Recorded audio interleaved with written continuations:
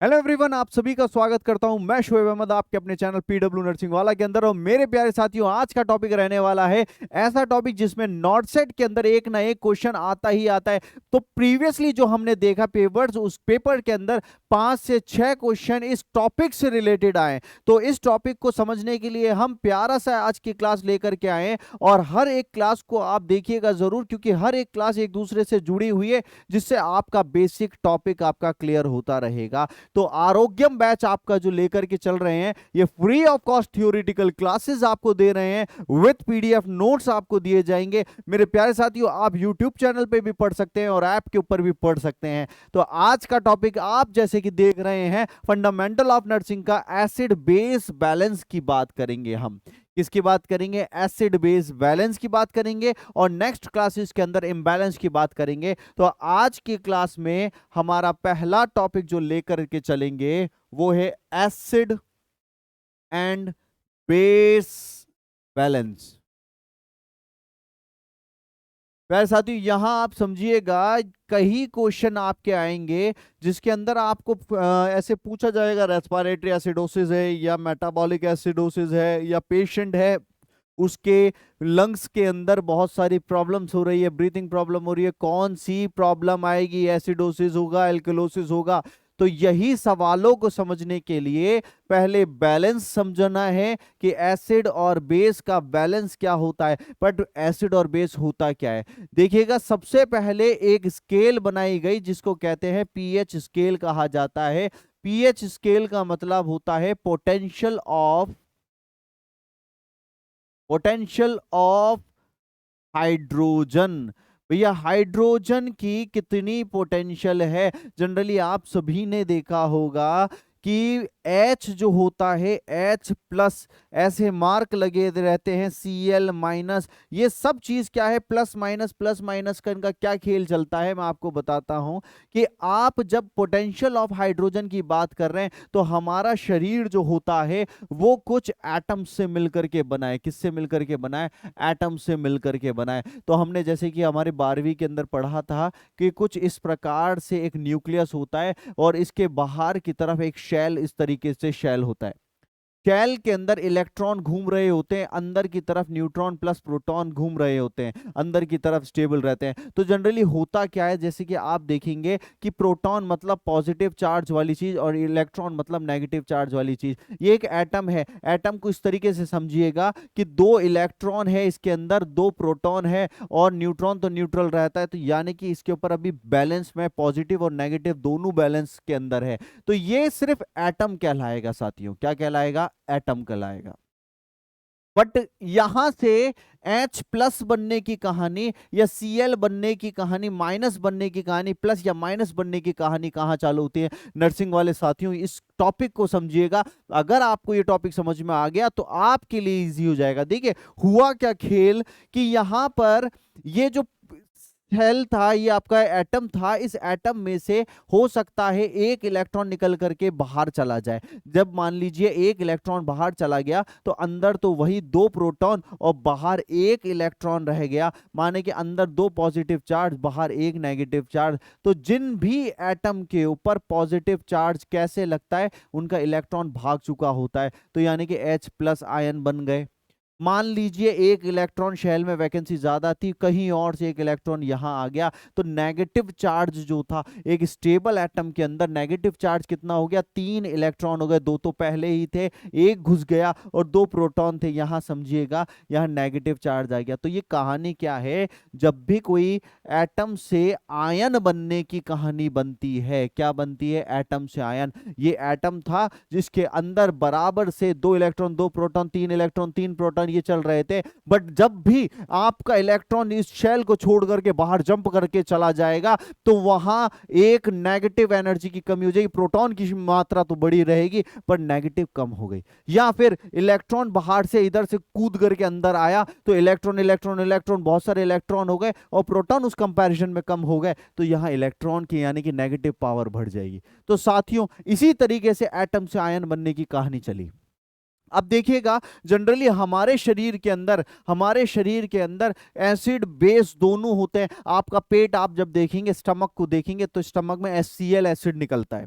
क्या निकलता है? HCl एसिड निकलता है। जब लंग्स की बात करें तो बाइकार्बोनिक एसिड होता है। आप जब जॉगिंग करते हैं तो जॉगिंग के टाइम पे आपकी मसल्स के अंदर बाइटें आने लग जाते हैं, ये लैक्टिक एसिड का काम होता है। तो देखिएगा ये अलग अलग तरीके से आपके एसिड, पूरे शरीर में एसिड भी है, बेस भी है। आप जब यूरिन करते हैं, यूरिन के अंदर आप देखेंगे यूरिक एसिड की मात्रा होती है। जब ये यूरिक एसिड आपकी मात्रा बॉडी के अंदर बढ़ने लग जाएगा तो घुटनों के अंदर आपकी कट कट आवाज आने लग जाएगी, जैसे अर्थराइटिस के अंदर आपको देखने को मिलता है। प्यारे बच्चों यहां समझिएगा, सोरेन सोरेनसन, सोरेन सोरेनसन ये वो साइंटिस्ट थे जिन्होंने क्या किया, पीएच की डिस्कवरी की 1909 के अंदर। प्यारे बच्चों यहां याद रखिएगा सोरेन सोरेनसन ने क्या कहा था, पीएच क्या होता है, पोटेंशियल ऑफ द हाइड्रोजन, कि हाइड्रोजन जो है उसमें कितनी ताकत है, हाइड्रोजन जो है उसमें कितनी ताकत है, यही ताकत को डिनोट करने के लिए पोटेंशियल ऑफ हाइड्रोजन बनाया गया।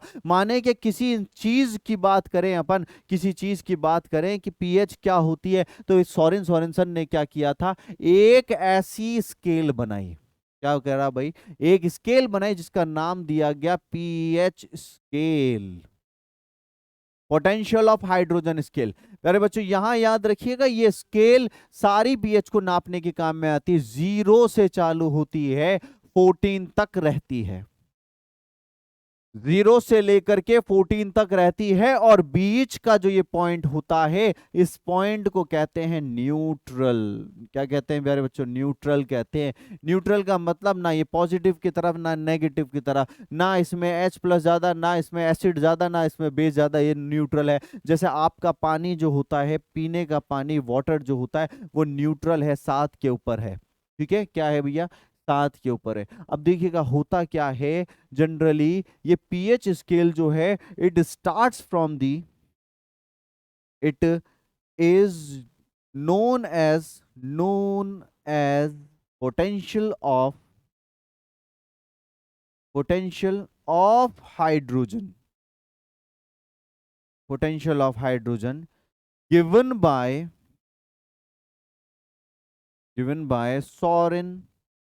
Sorensen,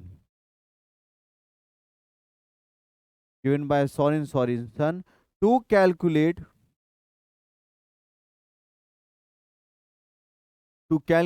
the hydrogen capacity, hydrogen capacity. The pH scale, the pH scale starts from 0 to 14, 0 to 14, 0 से 14 के तरफ स्टार्ट करती है। The 7 is the neutral point, 7 जो होता है वो न्यूट्रल पॉइंट होता है, 7 न्यूट्रल पॉइंट होता है। एग्जाम्पल आपका जो होगा वो पानी है, पानी 7 है और वो न्यूट्रल पॉइंट होता है। प्यारे बच्चों यहां आप ये चीज याद रखिएगा, मेटाबॉलिक एसिडोसिस, बेस, ये सब पढ़ोगे, उसमें बेसिक काम आएगा। और जिसने बच्चे ने बेसिक क्लियर कर लिया वो इजीली, नॉट सेट नहीं तो क्या और भी एग्जाम जो लगेंगे वो सब क्लियर कर पाओगे। यहां समझिएगा कि जैसे आपका यहां 7 से चालू, यहां 0 से 14 की तरफ चालू किया, 7 न्यूट्रल था, 7 से 0 की तरफ चलोगे, डिक्रीजिंग ऑर्डर में चलोगे तो आप एसिड बनाओगे। क्या बनाओगे भैया, एसिड बनाओगे। जो इंसान 7 से ऊपर की तरफ चलेगा वो बेस बनता है। क्या बनता है, बेस। ठीक है, 7 के नीचे की तरफ एसिड, 7 से ऊपर की तरफ चलते गए बेस कहते हैं। या फिर बेस का दूसरा नाम भी याद रखना, कंफ्यूज नहीं होना, एल्कलाइन नेचर, एल्कलाइन नेचर बनता है। देखिएगा बेस और एसिड का क्या खेल है, जैसे हमारा पेट जो होता है, स्टमक, इसका एसिड अगर किसी जमीन के ऊपर गिर जाए तो वो जमीन जो होगी वो गलने लग जाएगी, इतना तगड़ा एसिड होता है। मान लीजिए आपने अपना एसिड इतना तेज था कि हमारे जो पेट का एसिड होता है वो 1.2 के समथिंग होता है, तो याद रखो एक 1.2 पे इतना तेज होगा, आपकी खाल पे गिर जाए तो खाल उधड़ जाएगी, याद रखिएगा। बट ऊपर वाले की ये कुदरत है कि आपके पेट में ये एसिड रहता है, बट आपके पेट को नहीं गलाता, क्योंकि इस एसिड के चारों तरफ आपके स्टमक में एक म्यूकस की मेम्ब्रेन चढ़ी हुई है, तो वो म्यूकस की मेम्ब्रेन की वजह से वेल प्रोटेक्टेड रहेगा स्टमक। बट जब आपकी म्यूकस हट जाएगी तो अल्सर का रूप ले लेगा, ये अल्सर बना देगा। तो समझिएगा, एसिड 7 से नीचे जाते ही एसिड, 7 से ऊपर जाते ही बेस। एसिड क्या चीज होती है, मैं आपको बताता हूं। एसिड वो चीज होती है जिसके अंदर H प्लस आयन कूट कूट करके भरे हुए हैं। HCl, HCl hydrogen plus chloride, HCl hydrochloric acid बन गया। H बहुत ज्यादा कूट कूट के भरा हुआ है। Carbonic acid H2CO3। तो H, ये जो एसिड होता है ये H प्लस डोनर होते हैं, कि शरीर के अंदर H plus ion, H plus ion, H plus ion को छोड़ते रहेंगे, छोड़ते रहेंगे, और शरीर में जब H प्लस आयन बढ़ जाएगा तो वो एक खतरनाक एसिड का रूप ले लेगा। तो हम ये कह सकते हैं एसिड क्या होते हैं, H plus H plus H plus से डोनेट करेंगे और इसी को डिनोट करेंगे, डोनेट करेंगे, दोनों बात करेंगे, इसी को कहते हैं acid. It is a hydrogen ion donor. It is a hydrogen ion donor that is known as that is known as acid.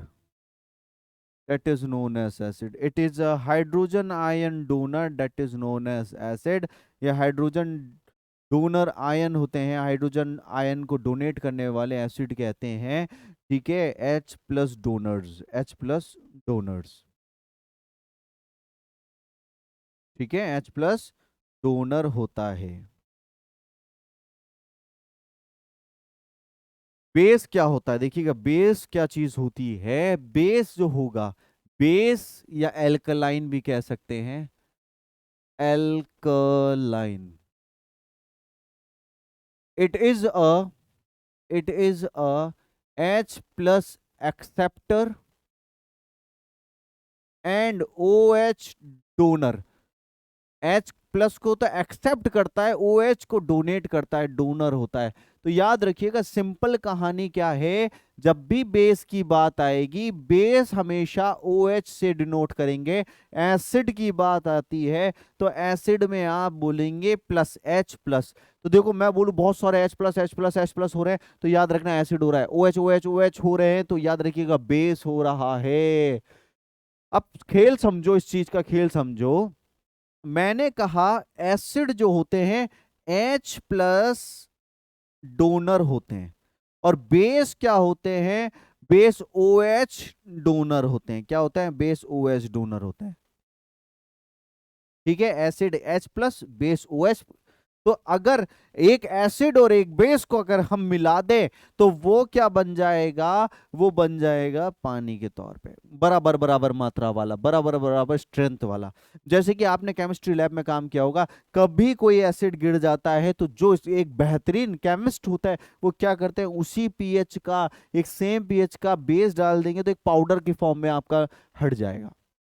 But इतना नॉलेज हर कोई नहीं झेलता। ठीक है, वो जस्ट पानी से धो देते हैं। तो याद रखिएगा, एक सेम पावर का हाइड्रोजन यानी कि एसिड को सेम पावर के बेस से मिलाएं तो वो एक वाटर बना देता है। जनरली खेल क्या है, एक एसिड H प्लस डिनोट करता है, डोनेट करता है, OH जो होता है वो बेस के द्वारा निकलता है। तो ये तो हमें एक एसिड और एक बेस की कहानी आपको समझ में आई। चलिए, अब आपसे सवाल इस प्रकार से पूछ लेते हैं कि a chemical consist of a chemical consist of pH 3.58, what substance what substance it is।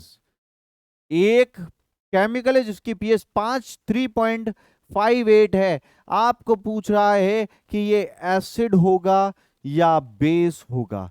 तो प्यारे बच्चों याद रखिएगा, कभी भी कोई सवाल आए, बेसिक सवाल पूछा तो ये याद रखना, 0 से 14 की स्केल, 7 से नीचे जाओगे तो ये एसिड, 7 से ऊपर जाओगे base.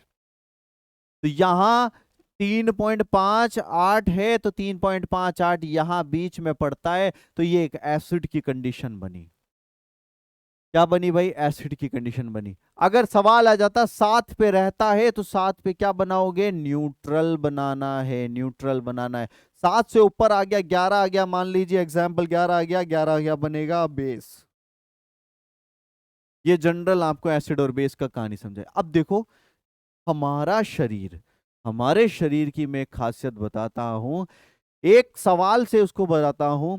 Liquid connective tissue of the body, अगर आपसे सवाल पूछा जाए which is the liquid connective tissue, which is the liquid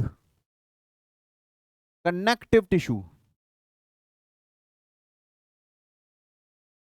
connective tissue of our body, हमारे शरीर का लिक्विड कनेक्टिव टिश्यू कौन सा है? एकमात्र लिक्विड कनेक्टिव टिश्यू कौन सा है? आप जब क्लास देख रहे हैं तो हो सकता है आपकी क्लास देख रहे हैं दिमाग में आ जाए तो मैसेज कर दिया करें, आप फटाफट कमेंट में मैसेज कर दिया करें। यहां आपसे पूछा गया which is the liquid connective tissue of our body, तो आप कहेंगे ब्लड।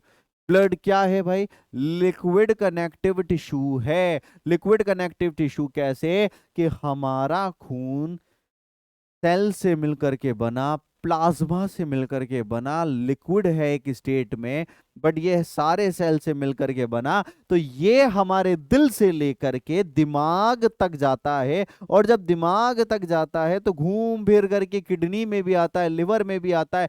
ऐसा टिश्यू जो दिमाग से लेकर के पैर तक जोड़ता है, इसको कहा जाता है लिक्विड कनेक्टिव टिश्यू।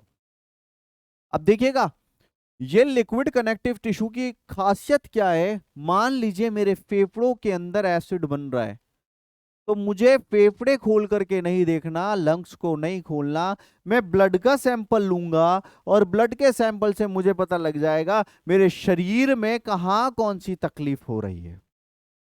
ठीक है, ये ब्लड की खासियत है। तो देखिएगा जब भी ब्लड की खासियत की बात चल रही है, आप एक बात याद रखिएगा, हमें ब्लड का पीएच पता होना चाहिए। सारा खेल इसी के ऊपर है। The normal pH of blood, the normal pH of human blood, human blood is between, is between 7.35 to 7.45। हमारे ब्लड की पीएच 7.35 से 7.45 होती है। ये स्लाइटली अल्कलाइन नेचर का होता है। इट इज स्लाइटली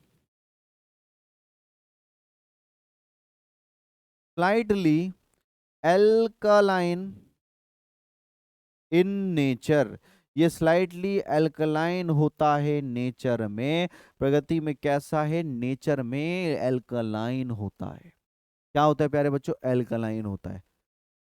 देखिएगा होगा क्या, जब भी हमारा ब्लड लंग्स में, मान लीजिए लंग्स में तकलीफ हो रही है, एसिड बन रहा है, तो हमें ब्लड से कैसे पता लगेगा? क्योंकि लिक्विड कनेक्टिव टिश्यू है, ब्लड घूमता फिरता हमारे एल्वेलाई में भी जाता है। और जब एसिड यहाँ बन रहा है तो जिस नदी, जो नदी गुजर रही है, तो ये तेजाब वाली फैक्ट्री उस नदी के अंदर भी तो कुछ ना कुछ आपका वेस्ट डालेगी। तो ब्लड लिक्विड कनेक्टिव टिश्यू है, ये जगह जगह घूम घूम करके एसिड बेस इसको कलेक्ट करता है। शरीर में कहीं पे भी जो भी तकलीफ होगी वो इसकी पीएच में गड़बड़ी दिखा देगी। अगर इसकी पीएच गड़बड़ रहती जा रही है, ये याद कर लीजिएगा बच्चों, इसकी पीएच याद कर ली, आपके लिए आसानी हो जाएगी। अब यहां आपने क्या किया? 7.35 से 7.45 आपने याद किया, पीएच याद किया। देखिए तो हमारे ब्लड की पीएच कितनी है भाई? हमारे ब्लड की पीएच, ये हमने पीएच स्केल बनाई, 0 से लेकर के 14 तक की पीएच स्केल। 7 जो है वो न्यूट्रल का पॉइंट। हमारा ब्लड जो होता है 7.35 से लेकर के 7.45 की तरफ होता है। ये क्या है? Slightly alkaline, slightly alkaline nature है। अब यहां आपको समझना यह है प्यारे बच्चों कि हमारा सेल, एक बहुत कॉमन सवाल पूछता है, शरीर का जो सेल होता है ना, क्योंकि ब्लड आपका जा रहा है, तो किस पीएच के ऊपर एक नॉर्मल जिंदगी गुजार सकता है?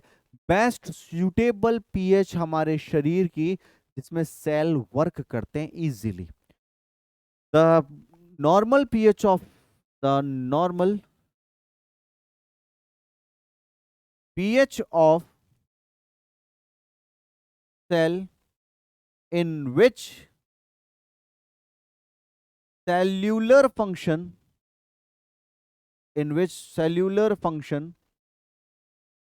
work best works best, that is 7.40 pH। याद रखिए, हमारे जो सेल्स होते हैं वो बेस्ट वर्क जो करेंगे 7.40 पे करेंगे। 7.35 से 7.45 बट बेस्ट वर्क करते हैं किस पे? 7.4 पे। अब याद रखिएगा, अगर आपके शरीर की पीएच 6.8 से कम चली गई, या फिर आपकी सेल की पीएच जो है 7.8 से ऊपर चली गई, मोर देन इससे चली गई, लेस देन इससे चली गई, तो आपके सेल वहीं डिस्ट्रॉय होने लग जाएंगे, जल जाएंगे सारे सेल। बेस्ट पीएच पूछे 7.4, ब्लड की पीएच बोले 7.35 से 7.45। और अगर आपसे बोला है कि कब सेल खत्म होने चालू हो जाएंगे, एसिड की कंडीशन में देखना 6.8 से नीचे चला जाए एसिड, या 7.8 से ऊपर बेस चला जाए, दोनों कंडीशन में दोनों दर्दनाक है, आपके लिए परेशानी वाली है। तो the cells will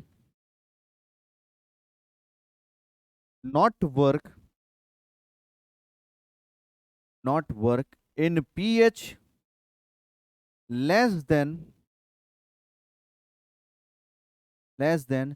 6.8 and pH more than 7.8। 6.8 और 7.8 दोनों के बीच में आपके पीएच की वजह से क्या हो जाएंगे? गड़बड़ी हो जाएगी, सेल डेथ होना चालू हो जाएगा। प्यारे बच्चों, ये आपने सीन देखा। अब मैं आपको कुछ और पॉइंट आपको समझाने की कोशिश करता हूँ, ठीक है? कुछ और पॉइंट आपको समझाने की कोशिश करता हूँ। आपका नेक्स्ट पॉइंट की तरफ चलते हैं हम। नेक्स्ट पॉइंट की तरफ चलते हैं। तो आपके नेक्स्ट पॉइंट को समझाने के लिए मैं आपको समझाऊंगा कि हमारे शरीर के अंदर जितना भी एसिड, जितना भी बेस होता है, उनको मेंटेन करने के लिए कुदरत ने पूरी की पूरी एक ऐसा मैकेनिज्म बना रखा है। उस मैकेनिज्म के जरिए आप हमेशा जीवित रहते हैं। क्या करते हैं भाई? जीवित रहते हैं। जैसे कि आपकी मैकेनिज्म मैं समझाता हूं, ठीक है? मैकेनिज्म मैं आपको समझाता हूं। आपका मैकेनिज्म कहलाता है बफर सिस्टम। बफर सिस्टम, ठीक है? बफर सिस्टम कहा जाएगा। समझिएगा, एक बफर सिस्टम क्या है क्या नहीं है, मैं आपको समझाता हूं। देखिए, हमारी ये पीएच स्केल जो है 0 से 14 तक चालू हुई, 7 पे न्यूट्रल था, 7.35, 7.45 स्लाइडली एल्कलाइन है। जब हमारे बॉडी का पीएच 7.35 से 7.45 के बीच में रहेगा, नॉर्मल काम करोगे। जैसे ही ब्लड का पीएच डाउन होने लग जाए, यदि आपका बॉडी का पीएच 7.35 से नीचे जाने लग जाए, शरीर में एसिड बनना चालू हो चुका है। क्या भाई? 7.35 से नीचे जाने लग गए, एसिड बनना चालू हो चुका है। यहां आप ये नहीं कहेंगे, मान लीजिए मैं एग्जाम्पल के तौर पे आपको एक एग्जाम्पल दे रहा हूं, आपके शरीर का पीएच दे दिया 7.21। अब आपसे बोले ये क्या है, एसिड है या बेस है? तो ये ब्लड का पीएच है। तो कंपैरिजन टू, मेरे शब्दों को याद रखिएगा, 7.35 से नीचे जाने लग गए, एसिड बनने लग गया। है तो 7 से ऊपर ही बेस की कैटेगरी में, बट हमारे शरीर में हम क्या कहेंगे? 7.35 से नीचे उतरने लग गया, सर इसमें एसिड बनना चालू हो चुका है।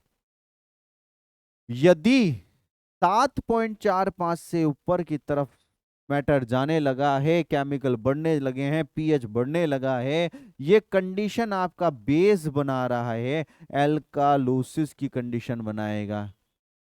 ठीक है, एल्कलाइन नेचर बनाएगा। तो ये दो चीजें याद रखिएगा। 7.35 से ऊपर नीचे जा रहा है तो एसिड, 7.45 से ऊपर जा रहा है तो आपका क्या आ रहा है, बेस आ रहा है, और बीच में है तो बीच में तो आपका क्या है, नॉर्मल है कंडीशन। जनरली ये जो है आपका पीएच ब्लड का इतना कैसे जा रहा है, ऊपर कैसे जा रहा है, इसका पता कैसे करते हैं? इसका पता करने के लिए एक काम किया जाता है, एक इन्वेस्टिगेशन की जाती है। उस इन्वेस्टिगेशन का नाम है investigation for acid base, acid and base imbalance. कौन सी इन्वेस्टिगेशन करेंगे एसिड एंड बेस इम्बैलेंस के लिए? तो याद रखिएगा, हम जो करते हैं वो एबीजी एनालिसिस करते हैं। क्या करते हैं प्यारे बच्चों? एबीजी एनालिसिस करते हैं। एबीजी एनालिसिस, ये याद रखिएगा, एबीजी एनालिसिस एक ऐसी टेक्निक जिसमें एक सिरिंज लेते हैं। एबीजी का फुल फॉर्म याद रखिएगा, arterial blood gas, arterial blood gas analysis. Arterial blood gas analysis, या आर्टीरियल ब्लड गैस एनालिसिस क्या होता है कि हम एक सिरिंज लेंगे, उस सिरिंज को पहले हेपारिन के अंदर हेपारिन भर के पूरा का पूरा फ्लश कर देंगे, जिससे हेपारिन इसके चारों तरफ, अंदर के चारों तरफ हो जाए। फिर हम क्या करते हैं, हम एक रेडियल या फिर दूसरी, हम फिमोरल भी हो सकती है, रेडियल भी हो सकती है, बट लेंगे आर्टरी। उस आर्टरी के अंदर हम डायरेक्ट हम इस निडल को अंदर डालेंगे और एक सैंपल ले लेंगे। क्या ले लेंगे भैया? सैंपल ले लेंगे। तो इसी सैंपल को हमने क्या कहा? आर्टीरियल कहा, क्योंकि हम देखना चाहते हैं आर्टरी के अंदर का जो ब्लड है वो ऑक्सीजनेटेड है, उसके पीएच क्या है, उसमें कितने इलेक्ट्रोलाइट्स है, तो वो सारी स्टडी के लिए एबीजी एनालिसिस करना पड़ेगा। ठीक है, तो इस एबीजी एनालिसिस के बाद आपको क्या मिलेगा? सैंपल मिलेगा। फिर आप, एक मशीन आती है, एबीजी मशीन आती है, उस मशीन के अंदर इसका कैप हटा करके हम इस एम्प्यूल को लगाएंगे, निडल आएगी, और वो निडल आने के बाद पूरी एक पर्ची दे देगी जिसमें एबीजी की पर्ची कहते हैं। तो याद रखिएगा, it is a examination in which arterial blood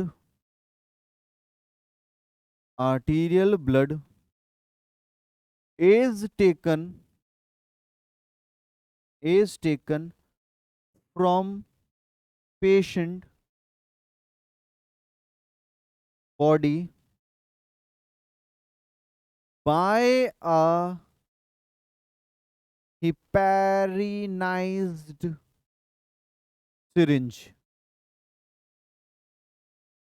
to study gases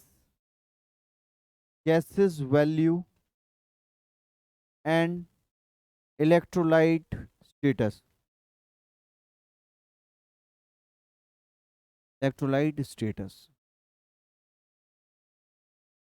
तो यहाँ क्या बताया गया? यहाँ ये बताया गया examination arterial blood gas analysis में क्या होगा कि आप आर्टरी से खून लोगे और उस खून की जांच कराओगे। याद रखिएगा गाइस, आर्टरी का जो ब्लड होता है, आपको पता कैसे चलेगा ये आर्टरी से आया या वेन से आया? हमेशा याद रखिएगा, आर्टरी का जो ब्लड होता है वो चमकदार, ब्राइट, शाइनिंग ब्लड होगा, और वेन का जो होता है वो हल्का सा डल रेड कलर का होता है। तो arterial blood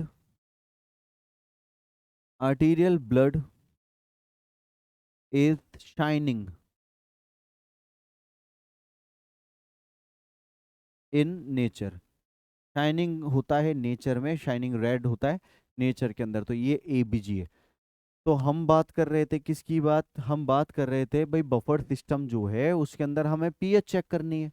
अब बफर सिस्टम क्या चीज होती है? एक ऐसा बैलेंस वाला सिस्टम होता है जो आपके शरीर में जब एसिड बहुत ज्यादा बन रहा होता है तो उसको कम करता है, बेस ज्यादा बढ़ रहा होता है तो बेस को सेटल्ड करता है। तो ये बफर सिस्टम है। बट ये बन रहा है, कम हो रहा है, इसका मैंने आपको बताया कि उसका पता लगेगा आपको एबीजी के जरिए। तो बफर सिस्टम के बारे में देखिएगा, बफर सिस्टम क्या होता है?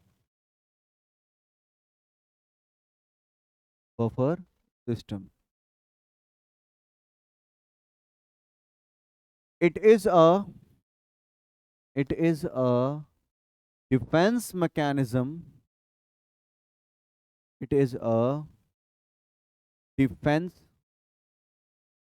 mechanism of human body against strong acid strong acid and strong base, strong acid and strong base by diluting it, by diluting it। देखिए समझिएगा, एक एग्जाम्पल के तौर पे मैं आपको बताता हूँ। बफर सिस्टम क्या होता है? हमारे शरीर में कुछ ऐसा सिस्टम है जिसके अंदर आपका क्या होगा, कोई भी एसिड हो, कोई भी बेस हो, उन एसिड और बेस को आप कमजोर कर दोगे। कमजोर का मैं आपको एक एग्जांपल देता हूँ। एक तगड़ा आधा लीटर आपने एसिड लिया या आधा ग्लास आपने एसिड लिया बहुत तगड़ा, अब उस एसिड के अंदर आप फिंगर डालिए एक, ठीक है, तो आपकी उंगली पूरी अच्छे से जल जाएगी। अब मैंने उसकी पावर को कम करने के लिए क्या किया, एक ग्लास पानी में उस एसिड को डाल दिया। अब जितनी पावर आधे ग्लास में थी वो क्या हो जाएगी, उसकी थोड़ी कम हो जाएगी।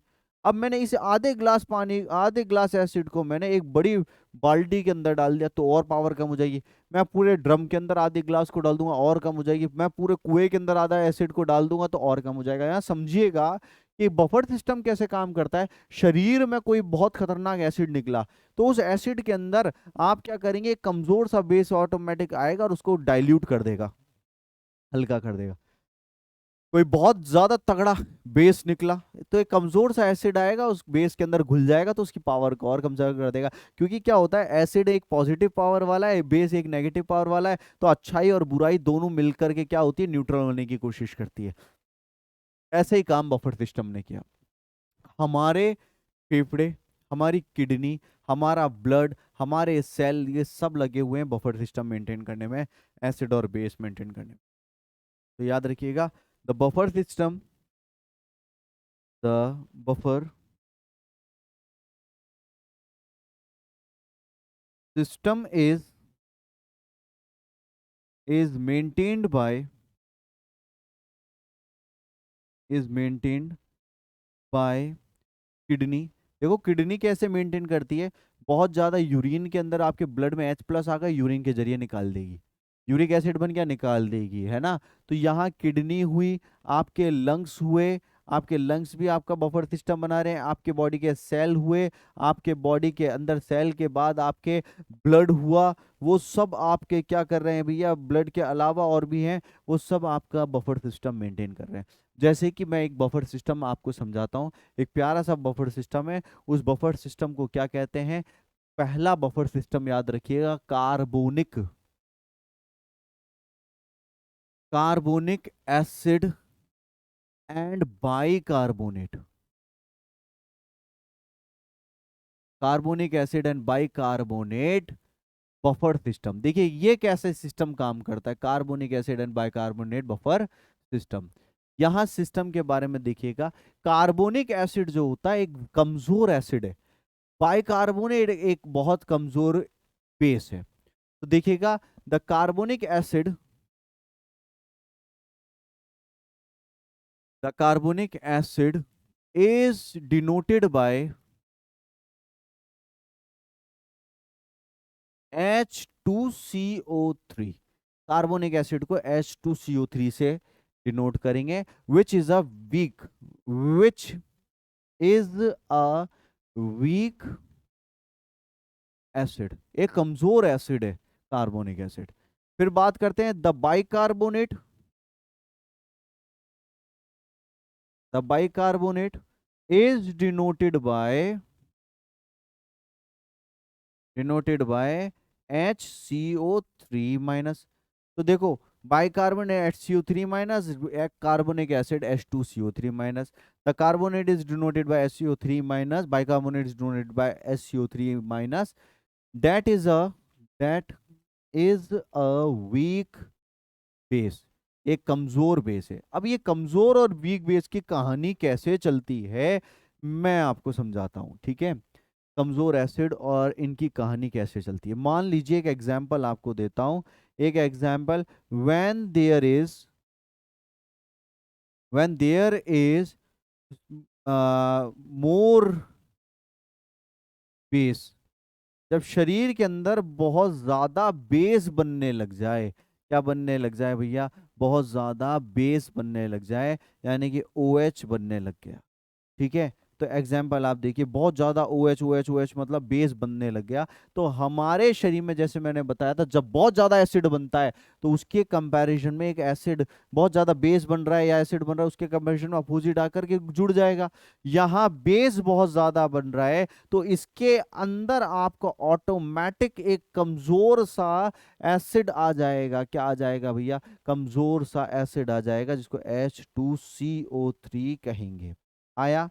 अब ये आने के बाद क्या करेगा, एक पानी का मॉलिक्यूल बना दिया, H2O बना दिया, प्लस HCO3 माइनस बना दिया। तो देखो हुआ क्या, हुआ ये कि स्ट्रॉन्ग स्ट्रॉन्ग बेस, एक स्ट्रॉन्ग बेस मिल गया वीक एसिड के अंदर, वीक एसिड के साथ जुड़ा। वीक एसिड था, डाइल्यूट कर दिया, एक खतरनाक बेस में वीक एसिड डाल दिया, डाइल्यूट कर दिया, तो ये क्या बन गया? वाटर बना दिया, पानी का मॉलिक्यूल बना दिया, और साथ में एक कमजोर, यहां याद रखिएगा मैंने क्या लिखा था, बाइकार्बोनेट क्या है? कमजोर वीक बेस बना दिया।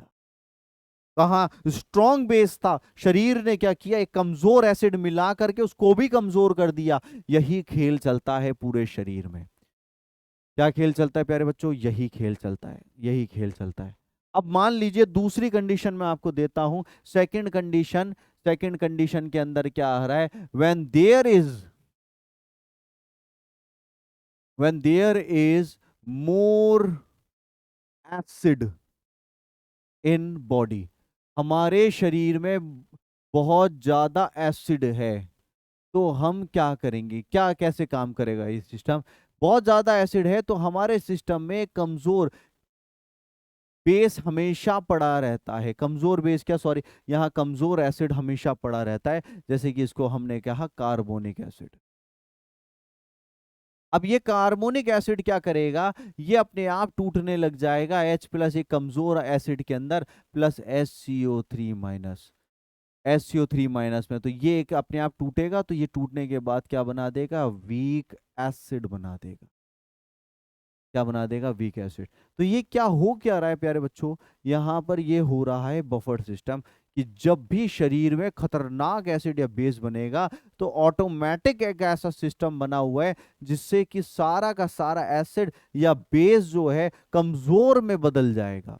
सेकंड मैं आपको बताता हूं, जिसको कहते हैं सेकंड बफर सिस्टम, जिसको कहते हैं फॉस्फेट बफर सिस्टम। क्या कहेंगे प्यारे बच्चों? Phosphate buffer system. अब फॉस्फेट बफर सिस्टम की कहानी क्या है, दो तरह के फॉस्फेट चलते हैं हमारे, di hydrogen phosphate, mono hydrogen phosphate. Di hydrogen एक खतरनाक, हम कह सकते हैं, एक डाई हाइड्रोजन जो होगा एक कमजोर एसिड है, बट एक मोनो हाइड्रोजन फॉस्फेट जो है वो भी एक कमजोर बेस है। अब ये कमजोर एसिड और कमजोर बेस क्या करते हैं, खतरनाक वाले से मिलकर के जुड़ जाएंगे, उसको पतला कर देंगे, डाइल्यूट कर देंगे। मान लीजिए कोई स्ट्रॉन्ग एसिड है, तो ये कमजोर डाई मोनो हाइड्रोजन जो होगा फॉस्फेट, वो उसके अंदर घुलेगा, उसको भी कमजोर कर देगा। यहां समझिएगा, the phosphate also play the phosphate also play a important role in buffer system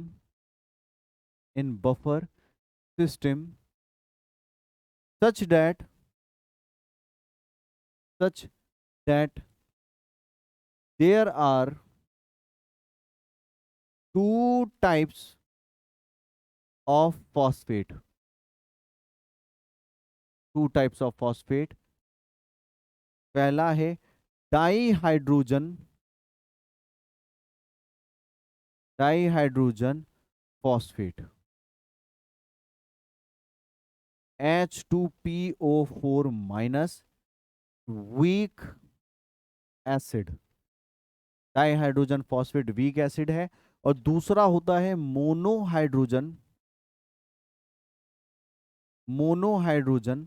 phosphate. मोनोहाइड्रोजन phosphate जो होता है HPO4 माइनस, वीक बेस। ठीक है, एक स्ट्रॉन्ग सॉरी एक वीक एसिड है, एक वीक बेस है। अब यहाँ कहानी वीक एसिड और वीक बेस की कैसे होती है। मान लीजिए आपके शरीर के अंदर बहुत ज्यादा H प्लस आयंस बन रहे हैं। क्या बन रहे हैं? H प्लस आयंस बन रहे हैं। तो ये H प्लस आयंस के अंदर आपका वीक बेस जाकर के ऐड हो जाएगा, जैसे HPO4 माइनस। तो हुआ क्या, ये दोनों मिले और मिलने के बाद जो खतरनाक एसिड था, स्ट्रॉन्ग एसिड था, उसकी जगह एक कमजोर एसिड ने ले ली। वो कमजोर एसिड बन गया, केमिकल रिएक्शन होके एक कमजोर वीक एसिड बन गया। क्या बन गया? Weak acid. वीक एसिड बन गया। तो खेल कैसे हो रहा है प्यारे बच्चों, यहां समझना। स्ट्रॉन्ग एसिड में कोई स्ट्रॉन्ग एसिड है उसमें कमजोर बेस चला जाएगा, कोई स्ट्रॉन्ग बेस है तो उसमें कमजोर एसिड चला जाएगा, तो जिससे कमजोर बेस निकल गया, कमजोर एसिड बन जाएगा। तो यही खेल यहां फॉस्फेट सिस्टम में चल। दूसरी बात, यहां फॉस्फेट सिस्टम के बाद तीसरा जो एक बफर सिस्टम हमारे शरीर के अंदर चलता है, वो बफर सिस्टम आपका कौन सा होता है? प्रोटीन बफर सिस्टम कहा जाएगा। Protein protein buffer system. अब देखो, प्रोटीन का बहुत बड़ा योगदान है हमारे शरीर में। क्या है भैया? प्रोटीन का हमारे शरीर में बहुत बड़ा योगदान है। प्रोटीन का कैसे योगदान है कि हमारा शरीर प्रोटीन से बना है। कैसे बना है? Haem plus globin. आपने देखा ब्लड, ब्लड के अंदर क्या होता है? ब्लड के अंदर सेल होते हैं आरबीसी। आरबीसी आरबीसी के अंदर आपने देखा होगा हीमोग्लोबिन होता है। Haem plus globin, haemoglobin. ठीक है। आपने देखा होगा ब्लड के अंदर प्लाज्मा होता है। इस प्लाज्मा के अंदर भी आपने देखा होगा प्रोटीन होता है, एल्ब्यूमिन। क्या होता है? एल्ब्यूमिन। ये सारा पूरा शरीर जो है इन्हीं प्रोटीन से मिलके बना है। अब जनरली होता क्या है, हमारा मान लीजिए ये हमारा आरबीसी है, इस आरबीसी में हीमोग्लोबिन ये पड़ा हुआ हीमोग्लोबिन है। तो शरीर में जब भी मान लीजिए बाहर की तरफ बहुत ज्यादा acid H plus H plus H plus H plus होगा, तो ये H प्लस को कम करने के लिए, बाहर बहुत ज्यादा H प्लस है तो H प्लस का मतलब बहुत ज्यादा एसिडिटी है, तो एसिडिटी में क्या होता है, सारे नहीं तो क्या थोड़े बहुत H प्लस अंदर चले जाते हैं, H प्लस अंदर चले जाते हैं, H प्लस अंदर जाते हैं और इस प्रोटीन के साथ जुड़ जाते हैं। तो बाहर किसकी कमी हो गई? H प्लस डिक्रीज हो गए। H प्लस डिक्रीज हो गए तो अपने आप आपकी जो पावर थी, हाइड्रोजन की पावर, कम होती जाएगी, कम होती जाएगी, एसिडिटी कम होती जाएगी। तो देखो प्रोटीन काम क्या कर रहा है, प्रोटीन अट्रैक्ट कर रहा है, बाहर के H प्लस आयन को अंदर खींच रहा है, बाहर की एसिडिटी को कम कर रहा है, अंदर अपने आप के पास रख रख करके। तो ये याद रखिएगा प्रोटीन किस प्रकार से काम करता है, बाहर से अंदर की तरफ किसको लेकर के, चिपका करके हाइड्रोजन आयन को। तो याद रखिए, the protein works, the protein is present in our body at various place at various place, like in blood as hemoglobin, and albumin, when there is more acid माने कि H plus ions, then this proteins, then this proteins hold the H plus ions with them. ठीक है, ये क्या करते हैं, H plus ions को खुद के पास चिपका लेंगे तो एसिडिटी कमजोर हो रही है। तो देखो पहले हाइड्रोजन आयंस को भी ये खींच कर प्रोटीन ले रहे हैं। दूसरी बात, हमारा जो फॉस्फेट है वो भी एसिड को कम करने में मदद कर रहा है। तीसरा, हमारा जो दूसरा आपने फर्स्ट में देखा था कार्बोनिक एसिड, और ये भी यही काम कर रहे हैं। तो जनरली हमारे सारे बॉडी के अंदर बहुत सारे मैकेनिज्म है वो ऐसे काम करते हैं। चौथा मैकेनिज्म एक और याद रखिएगा, फोर्थ मैकेनिज्म होता है आपका potassium buffer system. Potassium buffer, अब ये पोटेशियम बफर क्या होता है देखो समझना, क्योंकि आगे आपसे इससे रिलेटेड बहुत सारे सवाल होंगे। लार्जेस्ट आयन, इंट्रासेल्यूलर आयन आपसे पूछा जाए, क्वेश्चन आ जाए क्या, लार्जेस्ट इंट्रासेल्यूलर, इंट्रा का मतलब है सेल के अंदर, इंट्रासेल्यूलर आयन कौन सा है। तो आप याद रखिएगा, सेल के बाहर वाले को एक्स्ट्रा कहते हैं तो सोडियम, और अंदर की तरफ होता है पोटेशियम। सबसे ज्यादा सेल के अंदर क्या पाया जाएगा, पोटेशियम पाया जाता है। क्या पाए जाते हैं प्यारे बच्चों, पोटेशियम सबसे ज्यादा पाया जाएगा। अब पोटेशियम का खेल कैसे होता है, पोटेशियम अंदर अंदर अंदर बहुत सारा पोटेशियम भरा रहता है। जब भी शरीर में एसिड बनता है, एसिड एसिड एसिड माने H plus H plus H plus H plus ion बनते हैं, तो जनरली क्या होता है, जब सारे बफर सिस्टम काम कर रहे होते हैं तो यहाँ एक और बफर सिस्टम काम में आता है। वो बफर सिस्टम क्या करता है, यहाँ बाहर से एसिड को अंदर लेता है, H प्लस को अंदर लेता है। तो एक H प्लस जब अंदर जाता है, कंपैरिजन में एक के बाहर आ जाता है। ठीक है, एक H प्लस अंदर गया, कंपैरिजन में एक K प्लस बाहर निकल गया, एक H प्लस अंदर गया, बाहर K निकल गया। तो याद रखिएगा, जब एसिड बनता है तो एसिड को कम करने के लिए वो एसिड का H प्लस आयन अंदर चला जाता है सेल में, कंपैरिजन में पोटेशियम बाहर आ जाता है। तो आप ये बात याद रखिएगा, एसिडोसिस की कंडीशन में हाइपरकैलेमिया आपको देखने को मिलेगा। हाइपरकैलेमिया एक रेस्पॉन्स होता है एसिड बेस को बैलेंस करने का। तो यहां याद रखिएगा, when there is excessive hydrogen यानी कि acidity, then H plus ions move inside the cell, and potassium ions moves outside the cell, moves outside the cells। तो सेल से बाहर की तरफ पोटेशियम आ जाएगा, अंदर आयन चले जाएंगे। सो डिक्रीज द एसिडिटी, एसिडिटी। इस प्रकार से एसिडिटी क्या होती है, डिक्रीज हो जाती है। और लास्ट आप एक और समझ लीजिएगा, एक और जब से मेन होता है किडनी। किडनी कैसे काम करती है, किडनी बफर इस तरीके से काम करती है, जब भी शरीर में बहुत ज्यादा आपके H प्लस बनेगा वो यूरिन के जरिए निकाल देगी। आपके शरीर में जब बहुत ज्यादा इलेक्ट्रोलाइट्स बढ़ने लग जाएंगे, यूरिन से निकल जाएगा। तो द किडनी